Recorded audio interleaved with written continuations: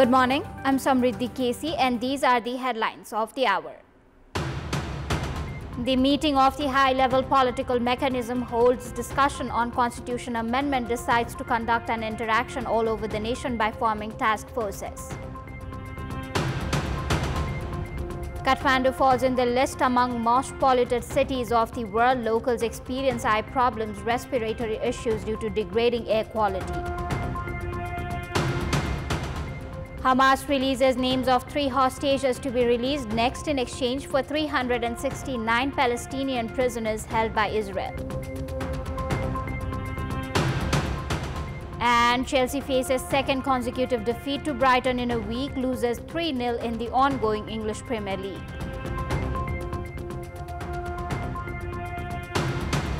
Welcome back. The meeting of the high-level political mechanism has held discussions on constitution amendment. The meeting was held yesterday at Prime Minister's residence Balwatar, where leaders from the ruling parties have decided to form a task force and conduct an interaction program all over the country. Another meeting has been called today at 11 a.m. to seek further agreements among the ruling parties. Recent ordinance introduced by the government has been facing hurdles lately due to parties' non-support backing out from the ordinances. Matters like ordinances to be presented in the parliament, role of government were discussed. Prime Minister and CP and UML Chair KP Sharma Oli, Vice Chair Ishwar Pokhrel, General Secretary Sankar Pokhrel, Prime Minister's advisor Bishnu Rimal were present in the meeting. From the Congress, President Sher Bahadur Deuba, Vice President Purna Bahadur Kharka, General Secretary Gagan Thapa and Home Minister Ramesh Lekhak were the attendees. There has been no rainfall since Nepalese month of Ashwin. With low speed of wind and emission of harmful smokes from industries, factories and vehicles, air pollution is on increasing trend. Although pollution rate generally continues to decline after Nepalese month of Magh, Kathmandu has been experiencing rising air pollution in the first week of Fagun. In recent days, Kathmandu holds the top position in the list of most polluted cities in the world. The air pollution in Kathmandu is recorded between 150 to 200 AQI, which is quite alarming. Not just in Kathmandu, but cities like Pokhara, Bhaktapur, Dhangadi, Lalitpur and Hetauda also experience high levels of air pollution. The pollution level measured in these areas is also above 150 AQI, indicating that air quality in these regions is unhealthy from a health perspective. प्रदूषण मापन जुन index AQI index भन्छौं त्यो चाहिँ हाम्रा विभिन्न स्टेशनहरुको हामीले डाटाहरु हेर्दाखेरि AQI index 150 देखि 200 को हाराहारीमा देखिन्छ अहिले. When pollution levels are high, common issues like eye irritation, runny nose and respiratory problems are observed. Experts say that air pollution is expected to remain high for the next few months, so warning people to take safety precautions. Lack of rainfall, forest fire, burning plastics, emissions from industries and vehicles are attributed as the reasons. Experts argue that the lack of coordination among various levels of government has made air pollution control more challenging. अहिलेको लागि diesel गाडी हो सबभन्दा बढी प्रदूषण गर्ने हामीलाई थाहा छ. अहिलेको जुन महानगरपालिकाले नापिरहेछ त्यसबाट पनि देखाएको छ, यहाँकै डेटाले पनि त्यही देखाएको छ. Despite setting a goal to establish an integrated center for the air quality management in Kathmandu Valley since 5 years, the plan has not been effectively implemented. Government officials and private sector representatives continue to blame each other. Mass transport चाहिँ हामीले चाहिँ जस्तो चाहिँ cable कारहरु चाहिँ बनाउन चाहिँ हिसाब चाहिँ गर्यो भने त्यसमा दुई किसिमको चाहिँ हो चाहिँ हुन्छ जस्तो लाग्छ. एउटा हाम्रो इलेक्ट्रिसिटी चाहिँ कन्जम्पसन पनि चाहिँ हुन्छ भने अर्को चाहिँ भन्नाले यो जुन पोल्युसन पनि कम हुन्छ. As per the data of Environment Department, in the past 5 years, air pollution remains high for about 5 months each year, approximately 150 days. In Kathmandu and other urban areas, pollution levels are particularly high between 8 a.m. to 10 a.m. in the morning and 3 p.m. to 5 p.m. in the evening. With air pollution consistently high and government measures proving ineffective, people have no choice but to take care of their own health. Government is facing a crisis over a recent ordinance lacking a majority in the National Assembly despite its strength in the House of Representatives. With ruling parties withdrawing support, it is exploring threats, intimidation or passing a law through an ordinance to enable party division. After Janata Samajwadi Party Nepal withdrew its support for the government has started facing hardships in passing an ordinance from the National Assembly. The decision by Loktantrik Samajwadi Party, LSP, a government ally, to oppose the land ordinance has further pressured the government. LSP, dissatisfied with the ruling parties, reiterated that staying with government is pointless if the same state of ordinance persists. बारम्बार अध्यादेशहरू ल्याएर फेरि सत्ता गठबन्धनमै छौं, हामीसँग सल्लाह गरिएको छैन, हैन, यथास्थितिमा यो बढाइनु हुँदैन भन्ने हाम्रो चाहिँ एकदमै स्पष्ट धारणा छ र यथास्थितिमा बढाउने प्रयास यदि भयो भने त एउटा नैतिक संकट हामीसँग पनि छ। जुन विषय हामीले औन्नै गर्दैनौं भने त्यो सरकारमा रहिरहनु पर्ने औचित्य त फेरि समाप्त हुन्छ। Chair Mahanta Thakur has publicly stated that ministers from his party may have to resign from the government. JSP Nepal, after conducting a study, has decided not to support the ordinance. As the situation unfolds, CPN, UML and Nepali Congress are seeking support from the main opposition, including the Maoist Centre and Unified Socialists, but to no avail. UML insists the ordinance will pass, criticizing LSP Nepal for opposing it while being part of the ruling coalition. आजसम्मको जे परिस्थिति देखिया छ, सरकारले जहिले अध्यादेश table गर्छ वा निर्णय प्रस्तुत गर्छ, अध्यादेश स्वीकृत हुन्छ, अपर हाउसमा केही विषय उठेको अपर हाउसमा कुनै प्रब्लम हुँदैन भन्ने कुरा हामी ढुक्क छौं।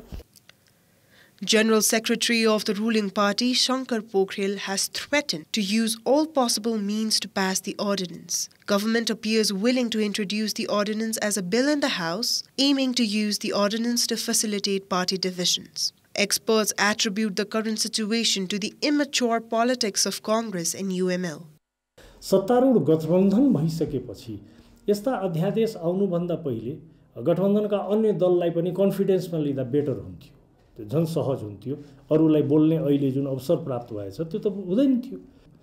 त्यसमा राज्य पक्ष अथवा भनौं न यो दुईटा प्रमुख राजनीतिक दलले कमजोरी देखाए। Questions are emerging whether politics is heading towards greater instability due to the actions of Congress and UML, despite the promises of good governance, efficient service delivery, and constitutional amendments for political stability. The Ministry of Physical Infrastructure and Transport has published a report stating its inability to meet public expectations in 7 months of fiscal year. The report has also claimed that preparations are underway to establish the legal framework for operating Nepali ships in the sea, as well as to formulate a national transportation policy. In the past 7 months, only 276 kilometers of roads have been blacktopped. 3.17 kilometers of roads used to be blacktopped on a daily basis. However, only 1.17% of the works are ongoing these days. Speaking at a press conference, Minister for Physical Infrastructure and Transport Devendra Dahal accused legal hurdles for hindering development works.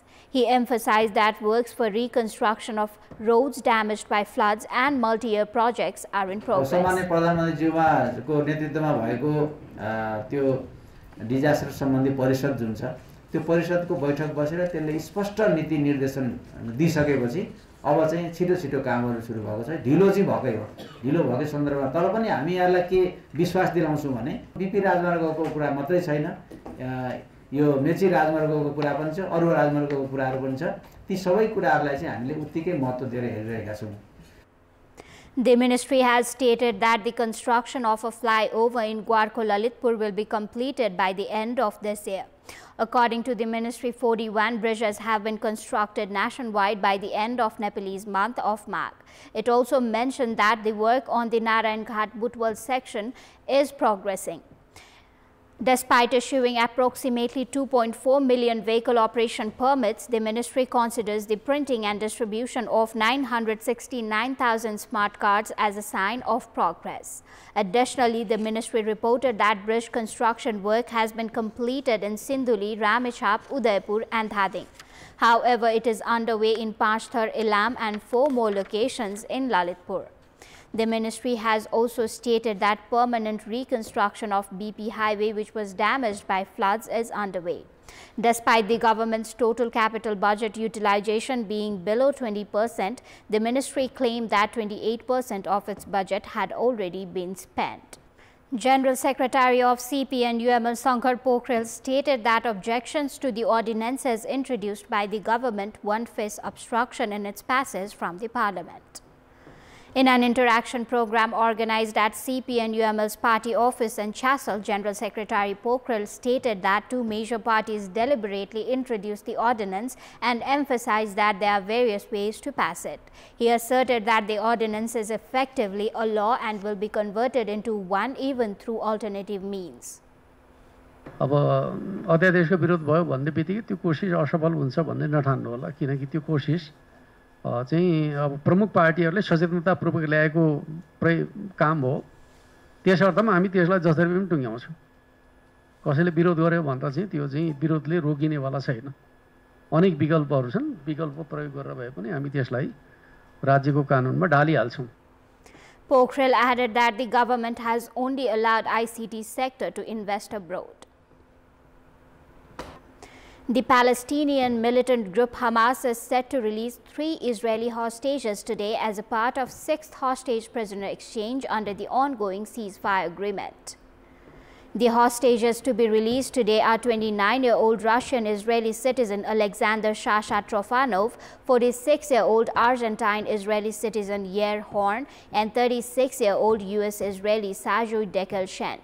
The Israeli Prime Minister's office has also clarified that it has received the list of hostages to be released by Hamas. According to the Times of Israel, Hamas has said that Israel would release 369 Palestinian prisoners in exchange for the 3 hostages. Of those released, 36 are said to be serving life sentences. Hamas had previously said it would not release more hostages because of Israeli violations of the ceasefire terms.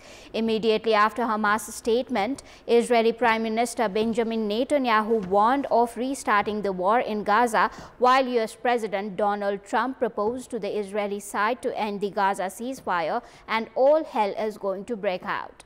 After the threat of a breakdown in the Gaza ceasefire increased due to the exchange of accusations between Israel and Hamas, negotiators from Egypt and Qatar pledged to save the agreement. Hamas reiterated its commitment to implementing the Gaza ceasefire agreement with Israel and to release the hostages within the agreed deadline. Since the Gaza ceasefire began on 19th of January, Hamas has released 21 hostages, including 16 Israelis and 5 Thais, while Israel has released 566 Palestinian prisoners in exchange. According to the agreement between the two sides, in the first phase, Hamas will release 33 hostages, and in return, Israel will release 1,900 Palestinian prisoners. The Democratic Republic of Congo rebel group M23 has entered Bukavu, the second largest city in the eastern region. The leader of the Congo River Alliance, which includes M23, Corneille Nangaa, told that the rebels entered Bukavu, the largest capital of South Kivu province, on Friday evening and would continue their advance today. The Rwandan-backed militants' progress comes despite international calls for a ceasefire and a resumption of peace talks. Hundreds of thousands of people have been forced from their homes in recent weeks as a result of the rebel advance. Last month, the rebel group captured the main eastern city of Goma, a mineral-rich city. The Congolese government accuses Rwanda of causing chaos in the region to profit from its resources.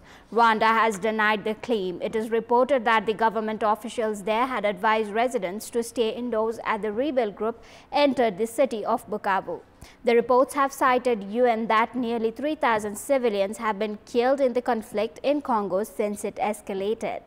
Likewise, the UN Refugee Agency has said that nearly 350,000 civilians have been displaced as a result of the conflict.